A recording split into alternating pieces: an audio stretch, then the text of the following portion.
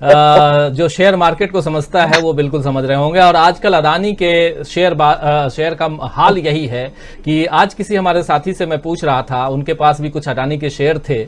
मैं पूछा कि क्या आपने बेच डाला या अभी, बोले कुछ बचा हुआ है, लेकिन जैसे ही आंख खोलता हूं, कोशिश करता हूं बेचने की, तब तक सर्किट लग जाता है। यानी 10%, 15%, 20%, जिससे उसके शेयर के हिसाब से, मार्केट शेयर के हिसाब से जो वेल्थ वो है, पोर्टफोलियो है, उस हिसाब से जो जितना वहां सेबी ने उनको दे रखा है कि इससे ज्यादा गिरा तो आप बेच नहीं पाएंगे, तो वो लग जाता है कहीं 10%, तो कहीं 12%, कहीं 15%, कहीं 20%। और यही परिस्थिति जो है, कह रहे हैं कि शनि की 7.5 का सर्किट लग गया है कुछ लोगों के ऊपर, और खासकर लेकिन आना चाहूंगा, मैं क्या बोलूं, आना चाहूंगा अमलेंदु उपाध्याय जी आपके पास, और इसका ये जो सर्किट का मामला है वो जरा उसका पॉलिटिकल एंगल समझने की कोशिश करते हैं कि ये क्या पॉलिटिकली भी सर्किट लगता हुआ दिखाई दे रहा है।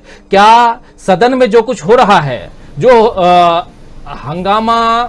हंगामे के बीच चर्चा हो अलग चीज है, यहां तो आप हंगामा भी नहीं होने दे रहे हैं, चर्चा ही नहीं होने दे रहे हैं। और यही आरोप तो राहुल गांधी लगातार पिछले 4.5-5 महीने से लगाते हैं चुनाव के भारत जोड़ो यात्रा के दौरान, और कह रहे थे कि जैसे ही हम बोल रहे हैं, खड़ माइक जो है ऑफ कर दिया जाता है। यहां माइक ऑफ करने की नौबत भी नहीं आ रही है, उससे पहले ही कर दिया जा रहा है कि सदन की कार्यवाही खत्म। क्या कहेंगे अदानी साहब के कारण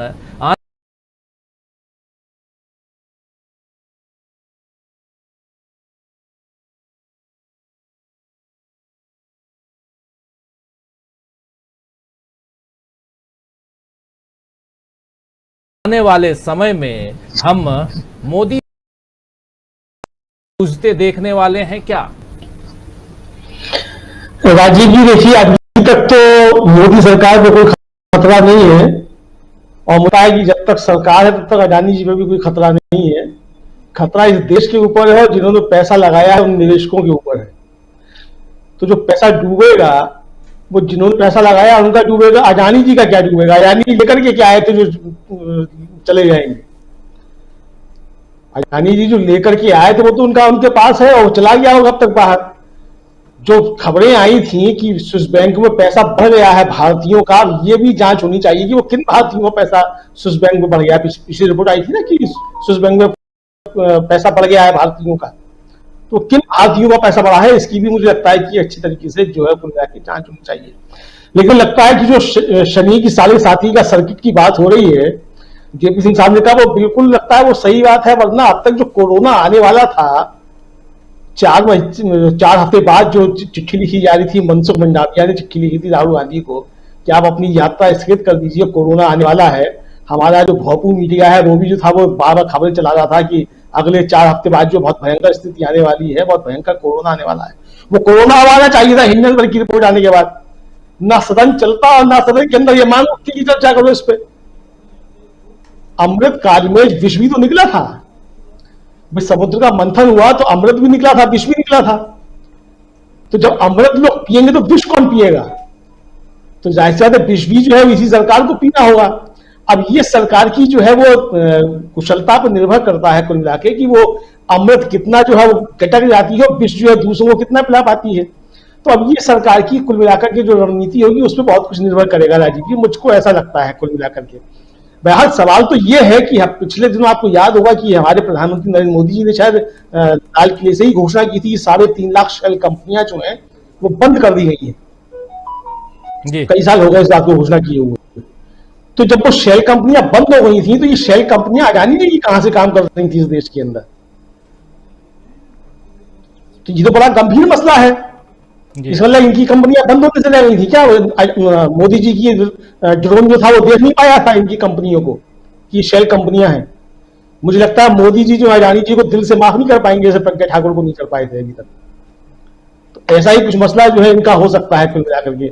लेकिन राजीव जी, निश्चित तौर पे देश की राजनीति में जो है ये अडानी फैक्टर जो है, अब मुझे लगता है 2024 का चुनाव जो है वो काफी कुछ इसके आसपास निश्चित तौर पर घूमेगा। और इस सरकार की पूरी कोशिश यही होगी कि किसी भी तरीके से अडानी जी को बचाने का काम किया जाए, और पोल जो है वो खुलने नहीं पाए। लेकिन समस्या यही है कि चूंकि इसमें अंतरराष्ट्रीय ताकतें जो है वो भी इन्वॉल्व हैं, और मुझे लगता है कि यही जो है दुनिया मुट्ठी में करने की कोशिशें जो थी उसमें गलती थोड़ी सी हो गई। भारत का ही नंबर 1 बने रहने में फायदा था, दुनिया का नंबर 1 बनने के फायदे के चक्कर में ये कहीं के मतलब नहीं रहे। ये कुल मिलाकर के स्थिति ये हो गई है, क्योंकि जब आप दुनिया में आप टक्कर ले रहे हैं तो आप वो बिल तो गेट्स से बोल ले रहे रहे हैं। हैं कि ये भारत के खिलाफ साजिश रची जा रही है विदेशों में। हाँ हाँ, तो भारत के खिलाफ साजिश है ही। अब हमारे प्रधानमंत्री का सबसे नजदीकी अगर कोई व्यक्ति है और उसके खिलाफ अगर कोई विदेश का व्यक्ति जो है, विदेशी संस्था जो है, उस पर अगर कोई रिपोर्ट जारी करती है तो भारत के खिलाफ तो साजिश है ही, क्योंकि भारत का मतलब आजकल प्रधानमंत्री है, तो इसलिए साजिश है। वो सही कह रहे हैं। गौतम अडानी के सीएफओ ने कहा है कि ये जलियांवाला कांड टाइप से है, मतलब जलियांवाला बाग का नाम ले रहे हैं वो। हाँ, तो वो सही नाम ले रहे हैं, क्योंकि जलियांवाला बाग को जानते ही नहीं है। क्योंकि जलियांवाला बाग जब हुआ था उसके बाद तो आरएसएस बन गया था, तो वो तो सब हिस्सा लिए नहीं थे आजादी के आंदोलन में, तो उन्हें जलियांवाला बाग ही नजर आएगा। तो जलियांवाला बाग तो वो समझेगा ना जिसने आजादी के आंदोलन में हिस्सा लिया था, तो उसे मालूम होगा। तो इसीलिए जलियांवाला बाग को सब करवाया गया है। इसका नाम ले रहे हैं तो आरएसएस के जो दत्तात्रेय हौसबले हैं उन्होंने कहा है कि सारे हिंदुस्तानी जो हैं वो हिंदू हैं और गौमांस गलती से खा लिए हैं और इसको उनको हम माफ कर देंगे। तो ये बात अभी पिछले 10-12 घंटे से चल रही है हिंदुस्तान में। गौतम अडानी से ज्यादा ये बात चल रही है कि हम सब हिंदू हैं। हाँ, तो अभी आप देखिए, मैंने कहा ना कोरोना जो आना था तो वो हौसबले साहब आ गए हैं, तो कोई ना कोई तो आएगा ना मदद के लिए। तो यही तो हथियार है अडानी जी को बचाने के लिए, यही तो सब हथियार जो है वो रखे हुए साइड से। कभी हिंदू निकल के आएगा, कभी मुसलमान निकल के आएगा, कभी हौसबले आएंगे, कभी भागवत जी आएंगे, कभी बताया जाएगा हम सब हिंदू हैं, कभी बताया जाएगा हिंदू खतरे में है। अडानी खतरे में मतलब हिंदू खतरे में। अब तो जो है सोशल मीडिया पे ये भी चल रहा है कि भाई राष्ट्रीय सेठ जो है इसको बचाओ। अब जो बनिए हैं भारत के उनके साथ खड़े होने का समय आ गया, मतलब ये भी अब चर्चा शुरू हो गई है कुल मिला के। तो ये सारी चीजें जो हैं, तो कुल मिला के जो है ये है मामला। जो राष्ट्रीय सेठ हैं हमारे अपने, तो उनको बचाना जो है वो हर भारतीय का परम कर्तव्य है। और इकोनॉमी भाड़ में जाए, कुछ भी होता रहे दुनिया के अंदर, आपके पास खाने को रोटी हो या ना हो, 80 करोड़ लोगों को 5 किलो अनाज मिलता रहे ना मिले, वो 4 किलो मिलेगा। हाँ, वो 4 किलो मिले, 2 किलो मिले, ना मिले, कुछ भी जरूरी नहीं है। लेकिन अडानी सेठ को बचाना जो है वो बहुत ज्यादा जरूरी है, क्योंकि यही अब जो है हम लोग का परम राष्ट्रीय धर्म है। जो राष्ट्र धर्म अटल बिहारी वाजपेयी बता रहे थे, सेठ 2 में से एक अडानी, और उनको बचाना हमारा परम धर्म है, कह रहे हैं अमलेंदु उपाध्याय जी। ये अमलेंदु उपाध्याय जी की बात नहीं है, उन्होंने जो समझा है वही हम सब तक रख रहे हैं और जो बताने समझाने की कोशिश होती रही है सत्ता पक्ष की तरफ से। लेकिन जेपी सिंह साहब कुछ जोड़ना चाह रहे थे यहाँ पे। जेपी सिंह साहब आपके पास आता हूँ, फिर प्रोफेसर अखिल स्वामी जी आपके पास आता हूँ। नहीं, बस मैं एक लाइन कहना चाहता था। अमलेंदु जी ने कहा कि जो अमृत निकला वो ये पिएंगे, तो विष कौन पिएगा? मार्गदर्शक मंडल। जी तो जी थोड़ा बहुत ये चर्चा देखिए, भले हंसी मजाक की बात हो लेकिन बहुत गंभीर चर्चा हम कर रहे हैं और ये उन लोगों के लिए और गंभीर बन जाती है ये बातें जो गरीबी रेखा से नीचे हैं और ऐसे 80 करोड़ लोग हैं। 80 करोड़ लोगों को ये सरकार मुफ्त अनाज मुहैया कराती है और उनको पहले 25 किलो, अब 25 की जगह पे